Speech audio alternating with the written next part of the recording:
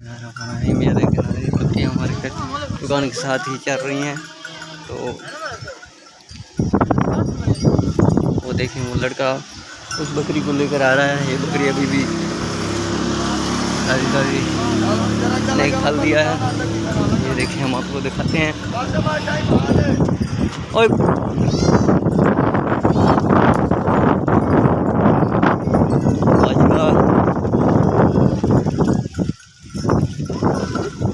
देखिए, बकरी सुई है।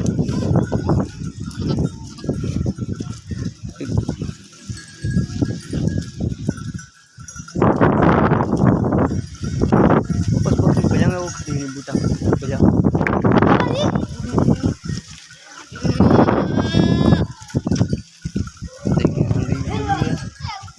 बकरियां भी चल रही हैं। वो खाड़ किले में नहीं है।